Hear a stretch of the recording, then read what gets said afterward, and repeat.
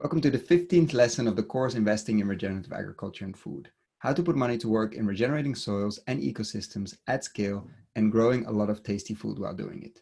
We turned these slides into a PDF so you don't have to write along and you can easily access all the links and all the stuff we discuss.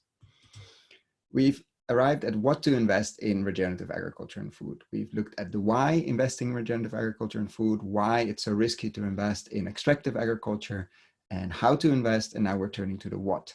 And in this lesson, we'll look at AgTech, probably the most, I wouldn't say sexy part of agriculture and food, but at least where a lot of money is chasing new technologies, etc., to help, or in some cases not, to farmers to apply regenerative practices. This is not investment advice. Seek professional financial advice before doing any DD, before making any investment. I'm just a small retail investor in this space. I really would like to invest more in this space, but as a retail investor, that's very, very limited, meaning I don't have skin in the game. I haven't done due diligence. And I will always mention if I have a special relationship with a fund or with something as an advisor, but I haven't invested in any of those.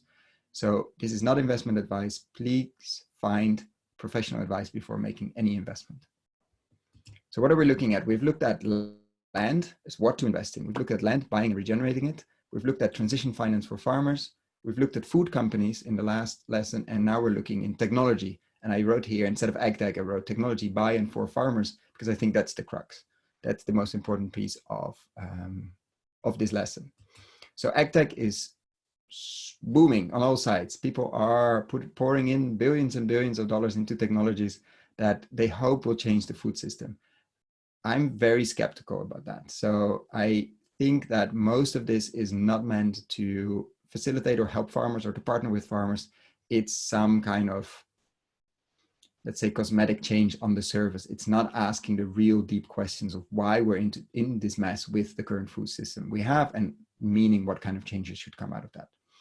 And it's, I think, Robin O'Brien really captured it well. And I would say this is probably the biggest lesson of this lesson, is that if you're interviewing or if companies are pitching to you as an investor and they want to raise capital and they're promising all kinds of stuff in terms of technology for and or farmers, for and by farmers, etc., I would always ask that question: do you have a farmer on board? Either on board in terms of in your company or on your board. And you'll be surprised at the response. Most companies think for farmers and not by farmers. And I think that's the crucial mistake. I'm not a farmer. I don't know. I will never try to sell technology because I don't know. I'm not managing a 1,000-acre farm, let alone I'm not managing a 1-acre farm. So ask the question, how close are you to, when is the last time you visited a farm? Are there farmers properly involved in the company? I think any company should have farmers on board somehow, because we're all completely dependent on the food we eat. We're completely outsourced everything, which is very, very risky, I think, as society. And here she frames it really nicely. Like, unless there's a farmer who's the core of the team, you'll be creating something, wasting hundreds of millions of dollars. Remember, this is California, where she's referring to, and it will never be used because it will never be adopted on the farm gate. This may sound very, very negative, that most of this AgTech is not going anywhere. And I think it is actually not going anywhere because it won't be adopted by farmers. But that doesn't mean there are not enormous opportunities. But what we need to do is we need to talk and listen to farmers. Go and find the farmer that's applying most regenerative practices in your area or even outside. They will have a list of things they want somebody to build for them. Could be simple add-ons for a tractor that do certain things with the cover crop, but it could be way more technology, databases, taking in drone footage. You'll be incredibly surprised how much of an inventor and tinkerers these farmers are, but they maybe don't have the time or the capacity to turn it into a company. So a lot of these great ideas, actually great prototypes, are living on regenerative farms, but they never get off. Maybe a neighbor orders one as well, but then the costs are too high because who's going to build it, etc. You'll be surprised of the technology potential and the need in regenerative agriculture. But we don't have to look very far. We need to really go and talk to farmers and listen. Just a few ideas in terms of what big questions we need to answer and where technology might be able to help. What to plant, where, and why. Super basic question. We have sort of answered it partly on the farm level. We haven't answered it at all on a landscape level or ecosystem level. So how can technology help taking into consideration indigenous knowledge, climate models, market models to figure out, okay, if I want to include trees in my system, where should I plant them? What type?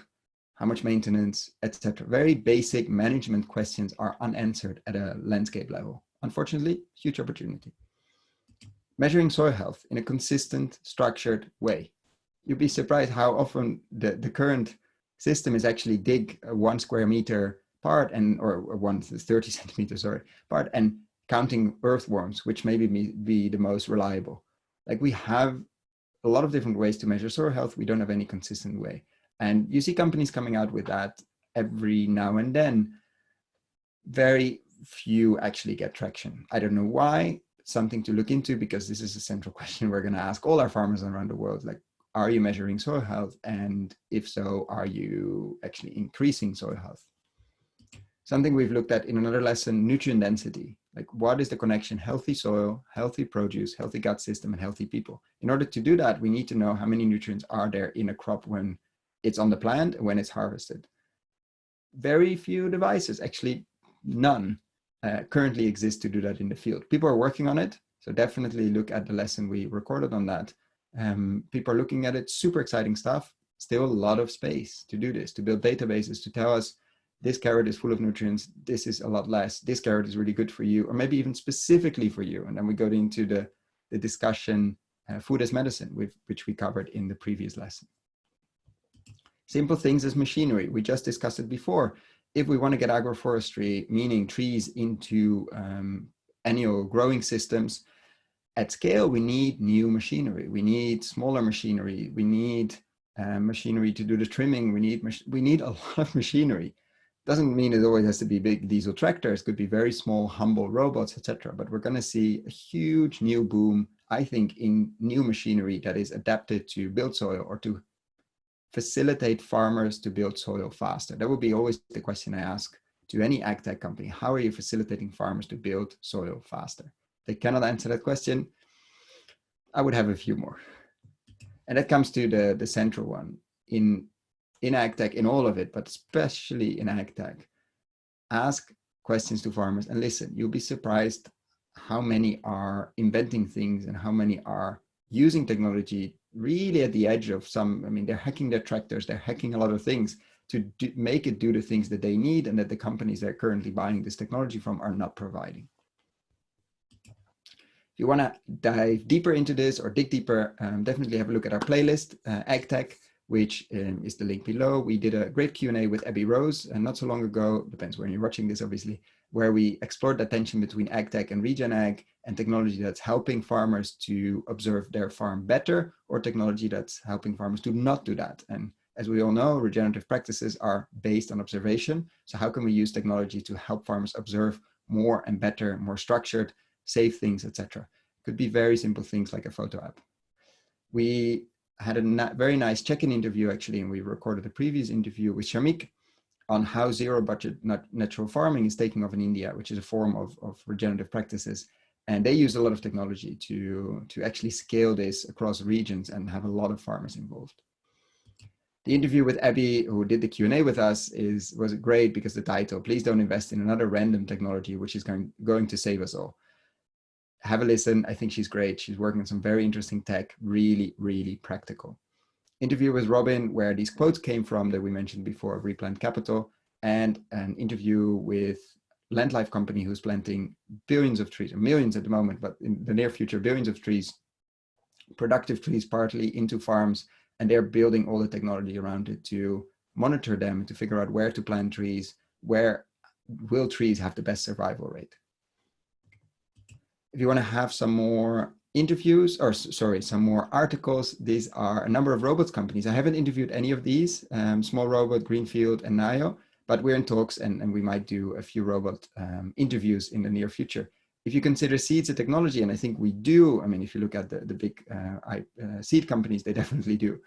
Dan Barber, Chef Dan Barber, started a seed company, and you can see in the New York Times article why he did that. And you can see actually the seed company, Row 7 Seeds, which is focused on taste. Very strong connection between taste and nutrients. So very interesting that new people are starting seed companies because it all starts with the seed.